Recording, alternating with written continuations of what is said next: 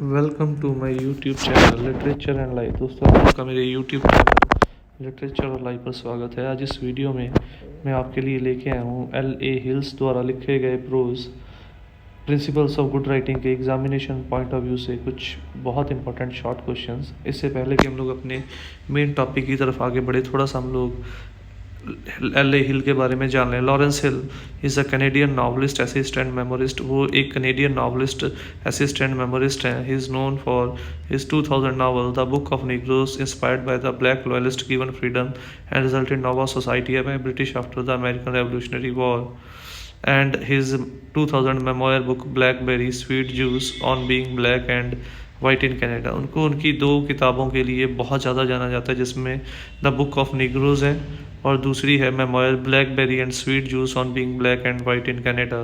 The book of negroes was adapted, और उनकी जो बुक ऑफ निग्रोज उसको टीवी सीरीज़ के लिए भी 2015 में यूज़ किया गया है। He was selected in 2000 for the Massey lectures. उनको 2013 में मैसी लेक्चर्स के लिए भी नियुक्त किया गया था, जहाँ पे उन्होंने द स्टफ ऑफ लाइफ में से अपने लेक्चर्स को डिलीवर किया गया। ही 10 books include other non fiction and fictional work. उनकी 10 किताबों में फिक्शनल और नॉन फिक्शनल दोनों वर्क हैं। एंड सम हैव बीन, और कुछ किताबें तो दूसरी लैंग्वेज में ट्रांसलेट भी की गई हैं। तो ये थी हमारी लॉरेंस हिल के बारे में एक ब्रीफ सी introduction. Now let's move on to our main topic, that is Lawrence Hill's principles of good writing. What according to him is the link between writing and thinking. Writer के मुताबिक लिखने और सोचने में क्या जोड़ है, क्या लिंक है। In this essay the writer has shared some secrets of an impressive writing style. इस ऐसे में राइटर ने कुछ सीक्रेट्स बताए हैं अपने लिखने की शैली के, कि किस तरीके से हम लोग एक प्रभावशाली लेखक बन सकते हैं। He points out that in order to write clearly and logically it is important to think clearly and logically। वो ये कहता है कि अच्छे ढंग से और तर्कात्मक ढंग से लिखने के लिए हम लोगों को पहले अच्छे ढंग से सोचना, क्लियरली सोचना और लॉजिकली समझना पड़ेगा। If we can not do, we should train ourselves to do it by taking particular problem follow them to point by point solution. अगर हम लोगों को इस चीज़ की प्रैक्टिस नहीं है तो इसकी हमें प्रैक्टिस करनी पड़ेगी, किसी प्रॉब्लम को लेके फिर स्टेप बाय स्टेप उस प्रॉब्लम को सोल्यूशन तक लेके जाके। At first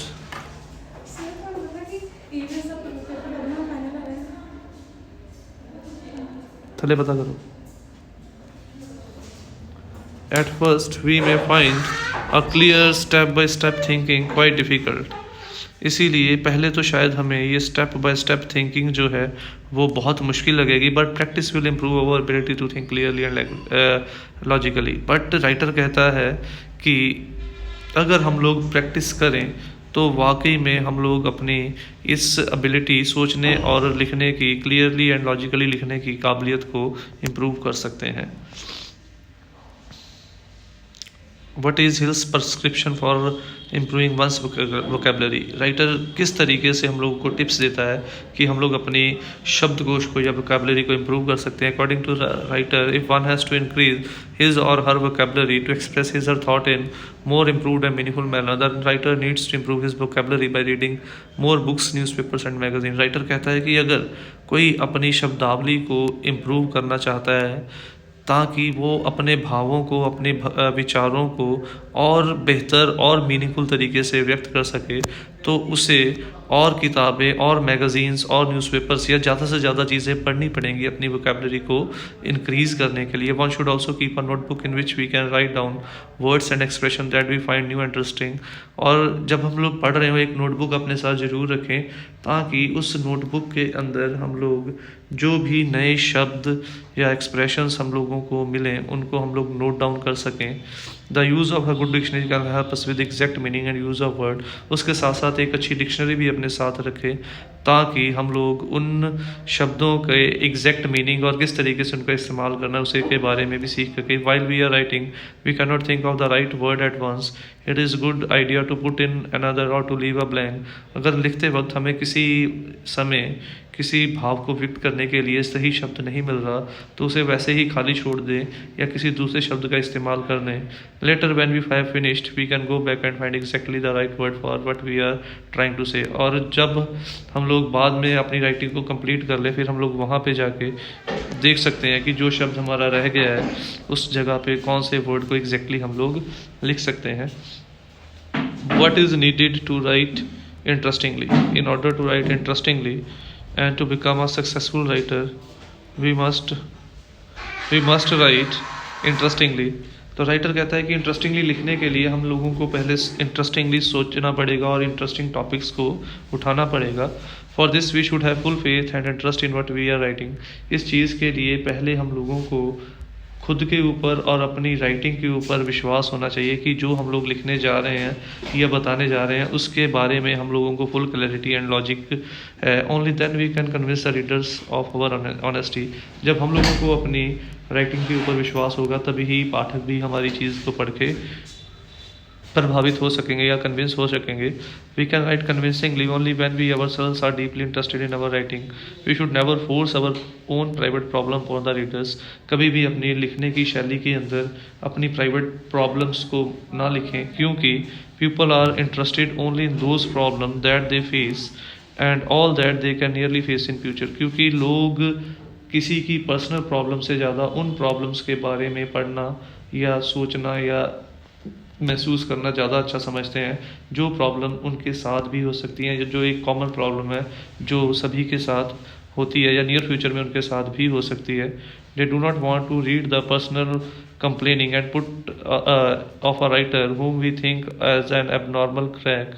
while writing we should forget ourselves, think only about the reader। वो ये कह रहा है कि लिखते वक्त राइटर को अपनी पसंद नापसंद एक साइड पे रखनी चाहिए, क्योंकि वो अपने लिए नहीं, वो पाठकों के लिए लिख रहा है। इसीलिए स्ट्रेस केवल और केवल रीडर्स के ऊपर ही होनी चाहिए। We should write naturally, avoiding self-consciousness। We must have an interesting subject to write on and express it clearly, simply and with the human touch, and it is sure to appeal to the readers। अगर हम लोग interesting topic लें और उसको clearly simple way में और एक personal touch के साथ एक्सप्लेन करने में कामयाब हो जाते हैं तो वाकई में ये चीज़ जो है रीडर्स को इंटरेस्ट ज़रूर देगी। Writing is 99% hard work and 1% inspiration। Discuss। In this essay, the writer has brought out fundamental principle of writing well।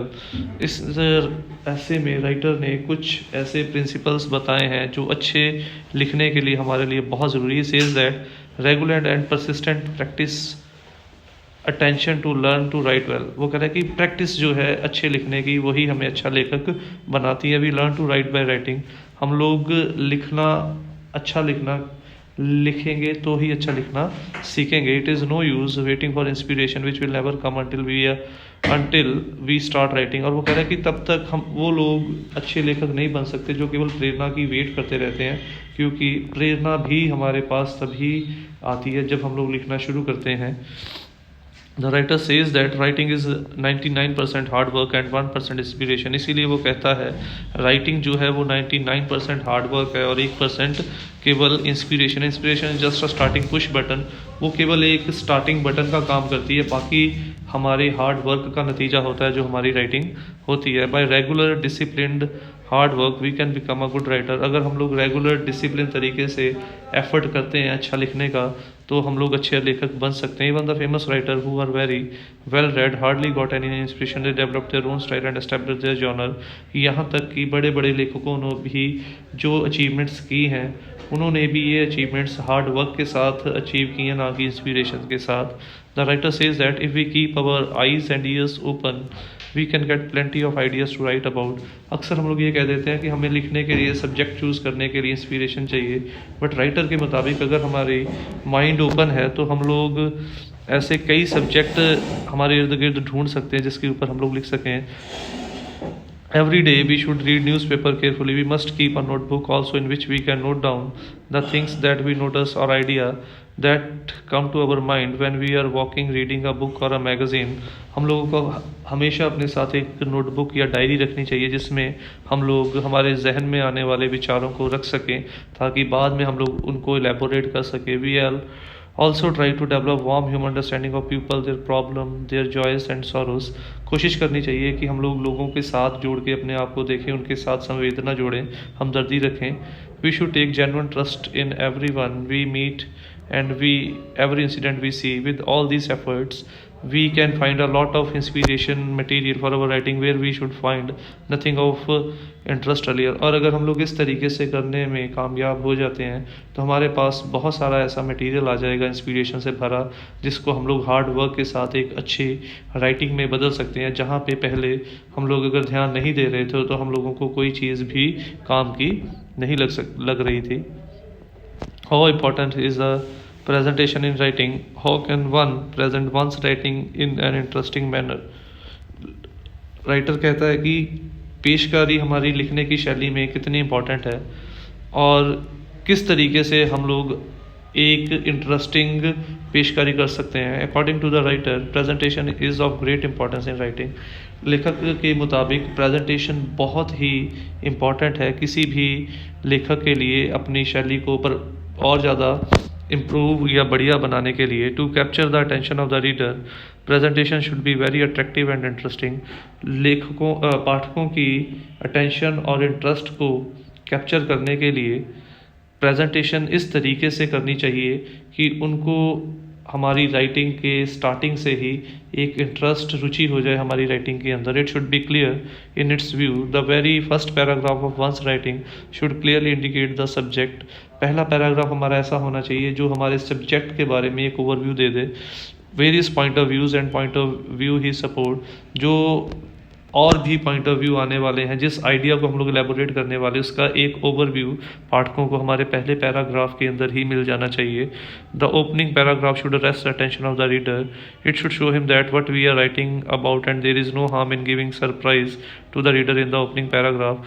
वो हमारा ओपनिंग पैराग्राफ इस तरीके का होना चाहिए जिससे कि हम लोग स्टार्टिंग से ही उनकी रुचि बना दें और वो लोग हमारी पूरी राइटिंग को पढ़ने के लिए मजबूर हो जाएं. उनके अंदर एक जिज्ञासा जागे कि वो किस तरीके से हमारे व्यू पॉइंट को डिटेल में जाके पढ़ना चाहते हैं. ये हम लोगों ने अपने स्टार्टिंग में बताए गए व्यू पॉइंट को किस तरीके से एलेबोरेट किया है.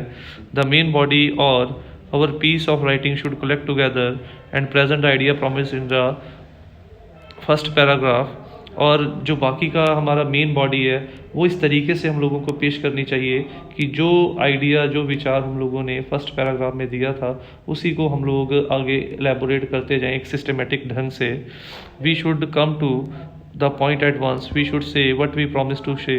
We should avoid irrelevant material and come to the conclusion. और कंक्लूजन निचोड़ के तरफ आते वक्त हम लोगों को जो चीज़ें गैर ज़रूरी हैं जो अनइम्पॉर्टेंट चीज़ें उनको इग्नोर करना चाहिए. उसके साथ साथ हम लोगों को इस तरीके का अंत करना चाहिए जिससे पढ़ के पाठकों को संतुष्टि हो कि वाकई में जो पॉइंट स्टार्टिंग में कहा गया था अंत तक पहुँचते पहुँचते उस पॉइंट को हम लोगों ने वाकई में सही तरीके से प्रूव भी किया है.